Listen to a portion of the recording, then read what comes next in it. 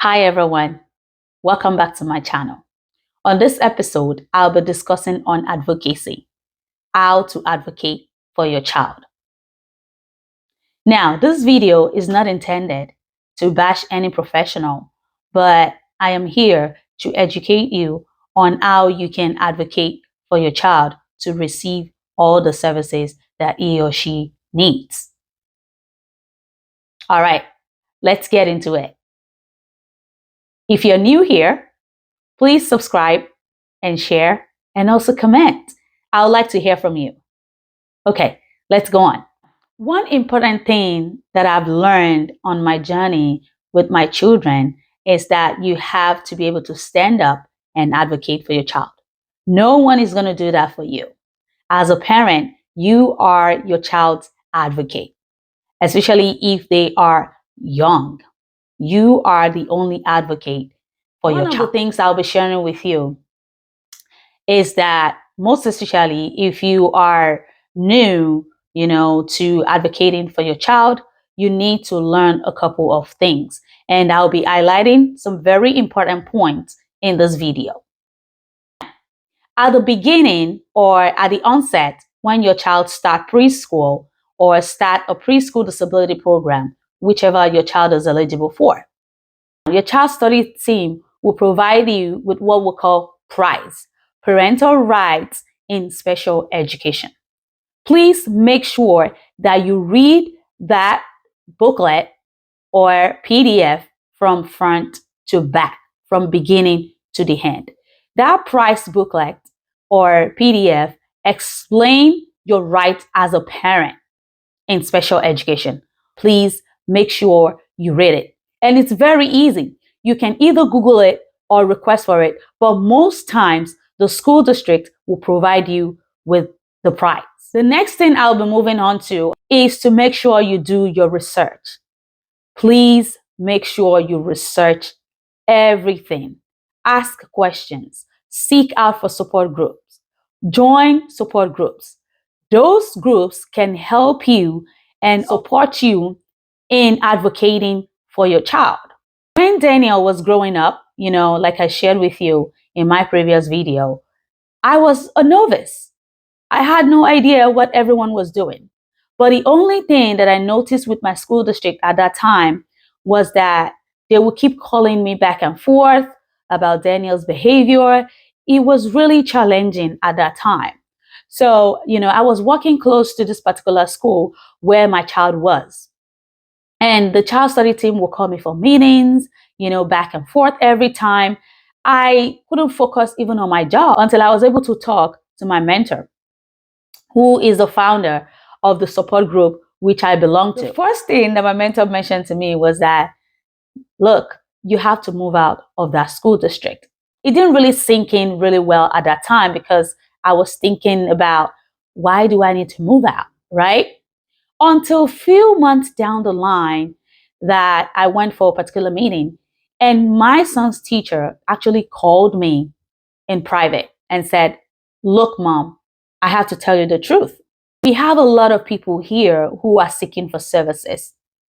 And I can tell that your child is not getting what he needs. So I would really suggest that you move out of this school district. I was shocked. And immediately what came to my mind was what my mentor actually mentioned to me a few months back about moving out.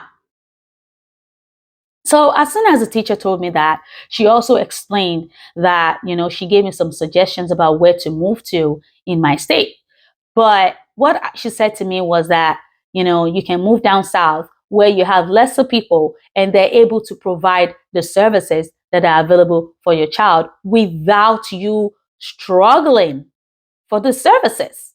I took it to my heart and I determined at that moment that we were going to move out of the school district. We moved to another town, which is a very good school district. As soon as Daniel started school, the child study team met with us and they determined that Daniel was going to need an AAC device. That's an augmentative alternative communication device to communicate, which is an iPad. This school district bought a new iPad for Daniel to be able to communicate what he needs. And everything was downloaded, be it our pictures, our names, the teacher's names, his address. So this particular new district was very helpful to us. So I would suggest that if you're having some difficulties, with your school district, you don't have to necessarily follow what I said, but that might be something you might want to think about, seeking out better school district who can provide your child with the support that they truly need. We spent a little bit of time, in this town that I told you was very helpful and very supportive with Daniel. And we moved to another town, a better town also. This new town that we are currently in, when Dara ended early intervention services, they called. They were always on top of everything. In fact, at first, I was thinking Dara would not be eligible for services because, she was talking.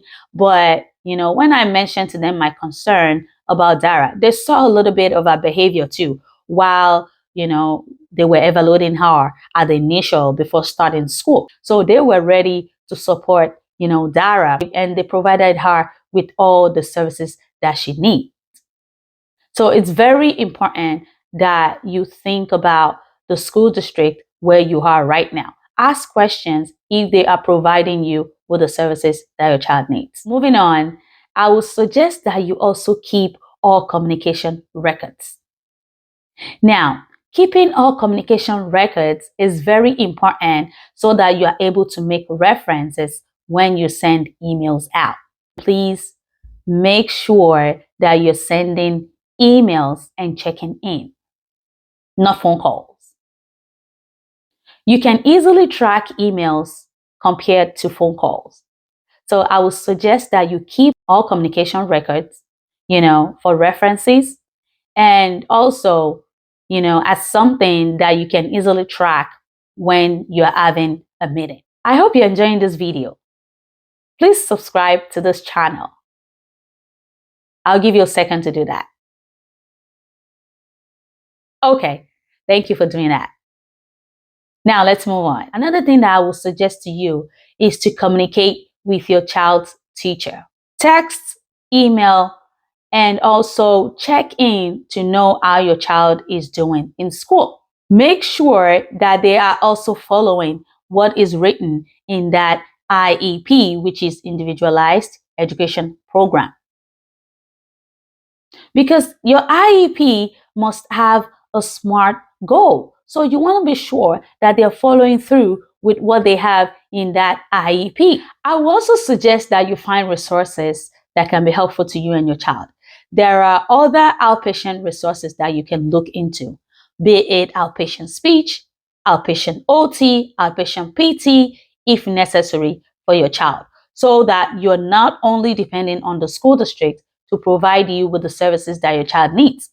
And if you're able to do some at home, please go ahead, because you don't want to leave everything also to these professionals alone. So you also want to do your own part. Ask questions. Make sure you're asking questions when you're not clear about anything at all concerning your child. There are no dumb questions. If you don't know, you don't know. Right?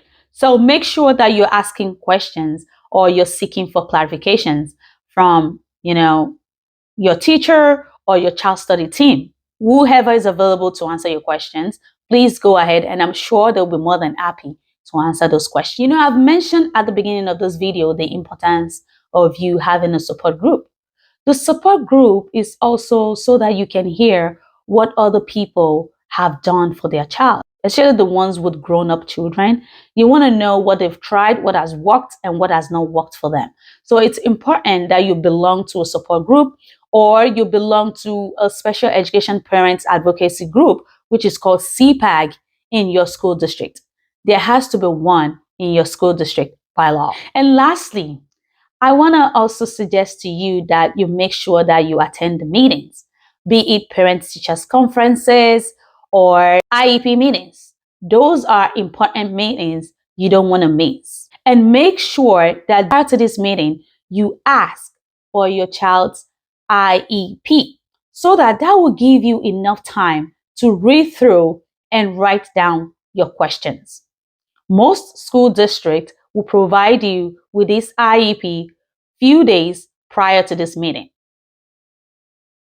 Depending on, your relationship with the child study team, most of them will provide you with the IEP. So you can go through it and determine if you still want to keep the same goals or you want to work on something else. So you're able to write down your questions. You're able to, whatever concern that you have, you're able to write it down and get ready for the IEP meeting. Now, during the IEP meeting, you want to bring out your concern, and those questions that you've written down, they will be more than happy to answer every question that you have about your child. And it won't hurt to know if some of the goals have been mastered or they need to continue with some of the goals. Another thing that I also know is that after the meeting, they will ask you to sign and then send back the document as soon as you can. Please do not send it immediately until you have proofread everything that is written in that IEP. Usually they give you about 2 weeks, to read that IEP. But if you feel like you're satisfied with everything that is written in that IEP, you can go ahead and sign. But if you feel like you still have some questions or some concerns about what is written in that IEP, please make sure you read it again, proofread it again, and send your questions for them to clarify before you sign. Because once you sign that document, everything in there is what they will follow. Make sure that you take your time during IEP meetings. Please don't rush through the IEP meetings and then you take everything they tell you right in. Take your time and discuss your concern with your professionals. They are there to help you and support your child in the school. I hope this video was helpful to you.